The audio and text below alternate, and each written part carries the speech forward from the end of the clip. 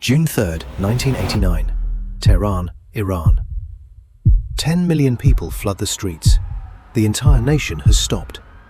A man has died. But this wasn't just any man. This was the man who toppled a king backed by America.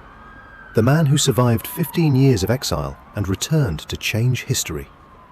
The man who looked superpowers in the eye and said no. His name? Ayatollah Ali Khamenei. Most people know almost nothing about him. They know he was anti-American. They know there was a revolution, but they don't know the full story. How an orphan became a revolutionary. How cassette tapes sparked a revolution. How one man, without an army or weapons, brought down a monarchy. By the end of this video, you'll understand why his funeral was the largest in human history. Why some call him a hero. Why others call him a tyrant. This is the story of how belief can move mountains. Let's begin. September 24th, 1902. A small village called Khamenei in Iran. A baby boy is born. His name? Ruhollah. For 5 months, life is normal. Then his father is murdered, shot dead over a land dispute. When he's 15, his mother dies. Then his aunt who raised him dies too. By age 15, Ruhollah Khomeini is completely alone, an orphan. Most would break. He didn't. At 19, he travels to Qom, Iran's spiritual heart, to study religion. He studies philosophy, theology, Islamic law. But he's also watching what's happening to his country. Iran is being controlled by foreign powers: Britain, Russia, America. The Shah, Iran's king, is their puppet. Oil money flows out. Iranians stay poor. While people starve, the Shah throws million-dollar parties. Khomeini sees all this, and something inside him ignites. The Shah announces reforms, giving more power to America. Everyone stays silent. Everyone except Khomeini. He delivers a speech that changes everything. "Mr. Shah, you miserable wretch, you are nothing." Within 24 hours, he's arrested. Riots explode. Hundreds die. The Shah has a choice: execute him or exile him. He chooses exile, the biggest mistake of his life. November 1964. Khomeini is forced out of Iran. First Turkey, then Iraq for 13 years. Finally, Paris. 15 years in exile. Most exiled leaders fade away. Not Khomeini. From Iraq, he does something brilliant. He records cassette tapes, thousands of them. They're smuggled into Iran, copied, played in secret. His voice spreads like wildfire. The Shah is illegitimate. He's America's puppet. We must establish Islamic government. Don't be afraid. God is with us.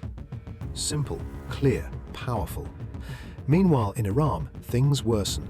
The Shah is swimming in oil money, but people live in poverty.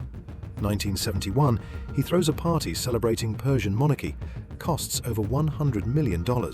French chefs, European royalty, Hollywood celebrities, while millions have no clean water or electricity. The Shah has Savak, secret police, torturing dissidents.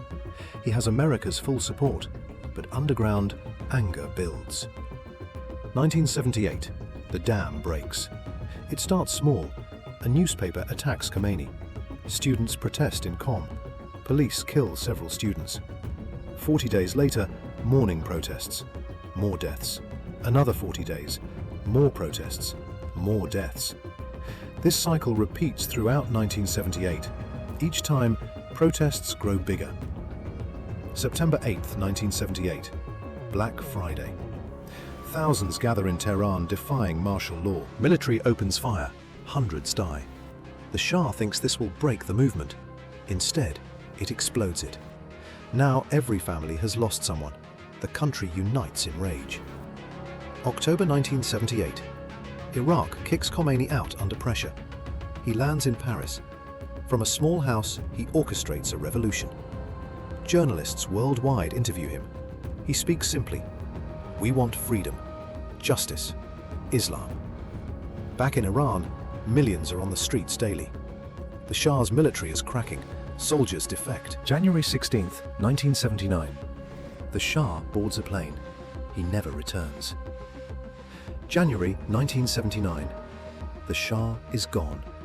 Iran celebrates. Khomeini announces he's returning.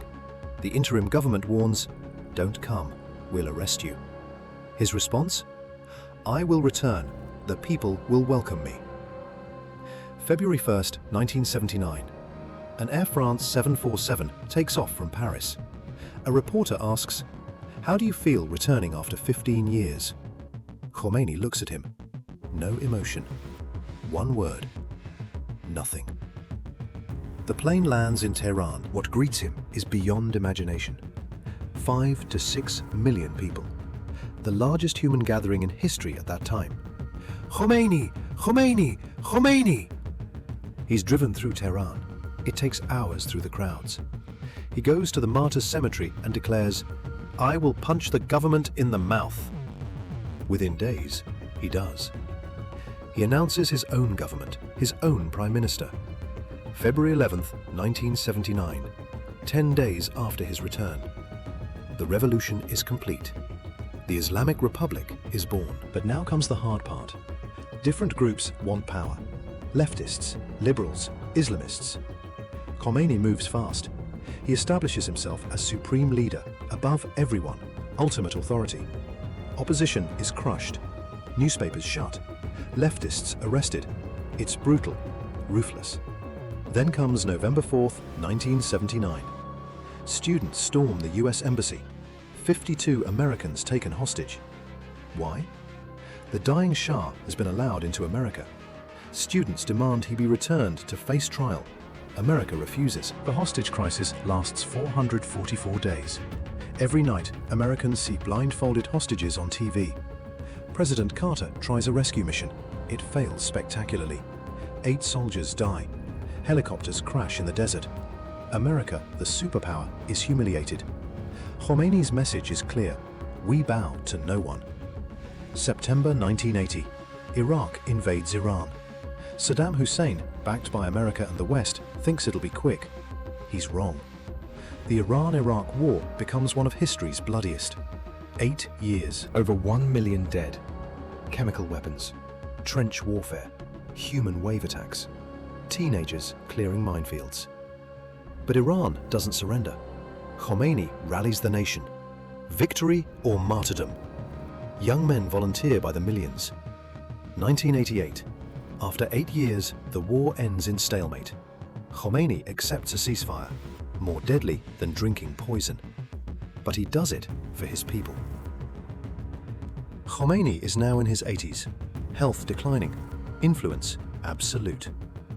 February 14th, 1989, author Salman Rushdie publishes The Satanic Verses.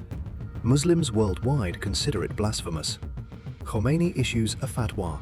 Salman Rushdie is sentenced to death. The world explodes. Western leaders condemn it. Freedom of speech. Iran cuts ties with Britain. Many Muslims support it. He insulted the Prophet. A clash of civilizations moment. Khomeini doesn't back down. The fatwa stands forever. Uncompromising, unwavering, unmovable. May 1989. His heart fails. He's hospitalized. Doctors operate. But he's 86. His body gives up. June 3rd, 1989. 10:20 p.m.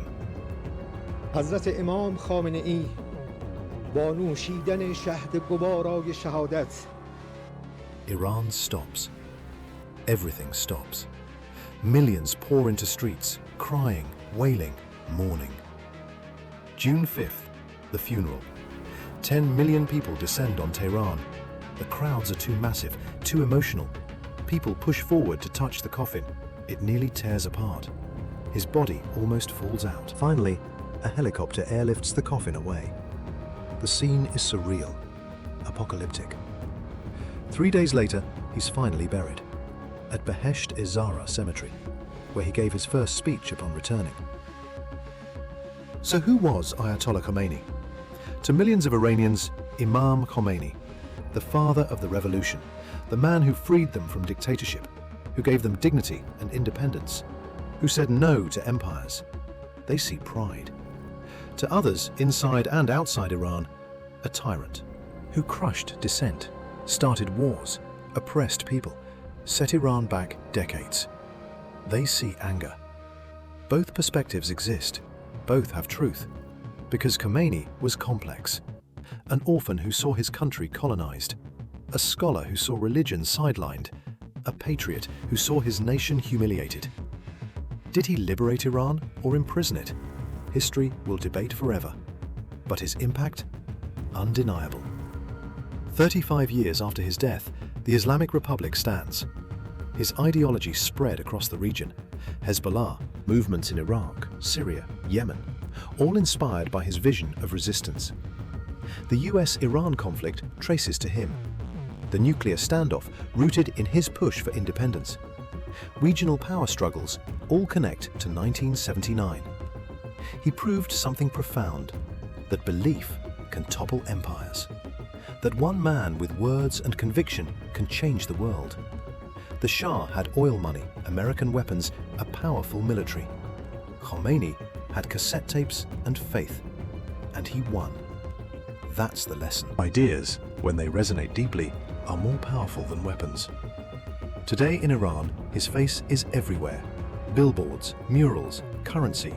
Leaders claim his legacy. But there was only one Khomeini, an orphan from a small village who shook the world, a scholar who became a revolutionary, a leader who never bowed. So was he hero or villain? I'll leave that for you to decide. But one thing is certain, the world before Khomeini and after are two different places. Whether you love him or hate him, you must respect. He lived and died for what he believed, and his name will echo through history forever. Rest in power or rest in controversy, depending on where you stand. But the world will never forget Ayatollah Ali Khamenei. If this made you think, hit that like button. If it challenged you, share it. Subscribe for more stories that shaped our world. Comment below, hero or villain. Until next time, stay curious. History is never black and white. It's always shades of grey.